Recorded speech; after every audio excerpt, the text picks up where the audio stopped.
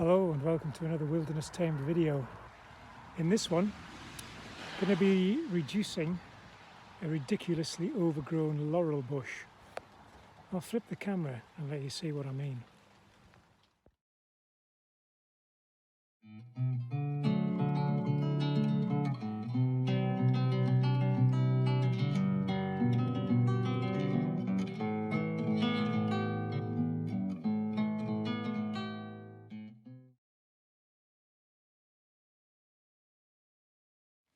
So it starts from down here,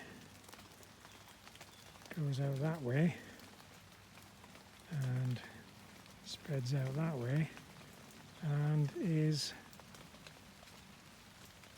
stupidly high.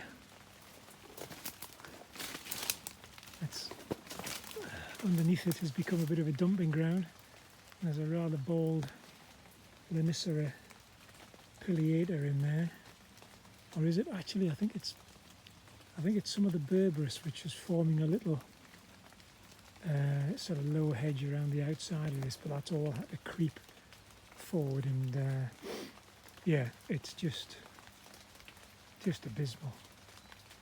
But this is the interior, just way too big.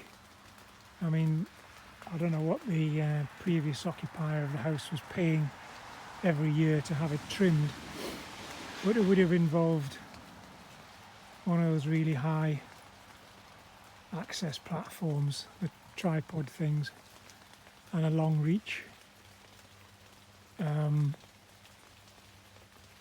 pole saw probably, or hedge cutter.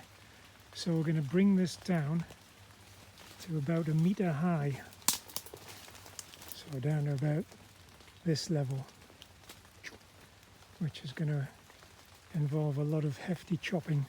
I'm going to chop this right back because it's, I mean, you can see how far it's growing out. That's just beyond the joke. And that one as well. So I'll kind of restrict it to this sort of setup here. So 1, 2, 3 main stems there. There's a very obvious dead bit there. So yeah, it's going to be that is going to be what remains when it's all done and dusted. Now, of course, the interesting thing about this kind of laurel, which is prunus, it's a part of the cherry family. This is Prunus lauricerasus, is that they give off cyanide when they're under stress. So if you cut the leaves or the thinner stems and twigs, they actually release cyanide as a sort of protective stress reaction. So if any of you have ever pruned laurel hedges before, you might become aware of a sort of an almondy smell. That's what I compare it to. That's the cyanide gas. And there are instances on record of people who've pruned laurel hedges, bagged up all the resulting waste matter, put it in the backs of their cars and vans, and on the way to the refuse sites or the rubbish tips, they've actually had dizzy spells, in some cases fallen asleep and had crashes. It's because the cyanide's released into their vehicle and is starving their brains of oxygen, essentially. So not good stuff. So I'll be cutting this and leaving it in chopped up piles and give it a few days before I actually dispose of the material. Give it a chance to get rid of its nasty gases.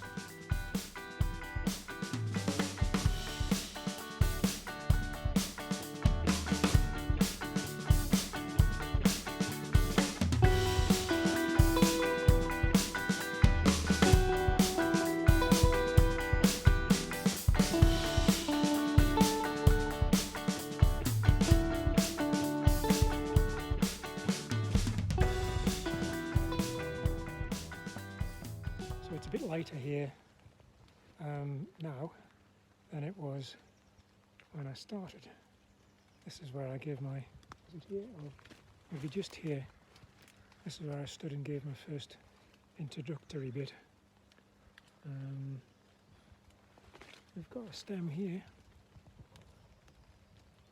It's already recovering. So that's it, reduced. It is down to slightly over a metre. Got that stem creeping off that way. Brought right back. This trunk that crept off. That's sort of 3 metres that way. Possibly more. Ridiculous. And then look at this berberis. You can see this is where it was originally planted, and then it's crept and crept and crept as the laurel's grown over it. Irishman's cuttings there, ground layering, where they come into contact with the ground and start to root again. The laurel's done the same in places, and then sprouted up and formed this little green hedge, desperately trying to get life. You can see there's just tiny little buds struggling for life there. So I'm going to cut all of that back as well, and get it back to that, from which it should recover, and we should end up with a nice little tufty berberis. But look at the space that's been created here. You see bags of rubble from previous gardeners dumping, and pots and plastic trays and things. Remains of a pot with some polystyrene in it. Just a huge space taken up by one overgrown shrub. So we should allow this to recover, which it will, unfortunately, and but then keep it in check. A little bit concerned about the fungi on the trunk there, the main trunk, because there was that dead bit growing from there, and also some small bracket fungi on. Now, is that a bit of privet, or is that something else growing up there? Looks like a bit of privet. Beautiful fungi though. I hope you found that moderately useful, as in all my videos. I like to think that I'm at least setting the bar to that level. If you did enjoy it, please give a thumbs up, a like. You might want to consider subscribing so you can get more moderately useful gardening videos from yours truly, John Grundy, here at Wilderness Tamed. Thanks again for watching. Get out and get grubby, and I'll see you in the next one.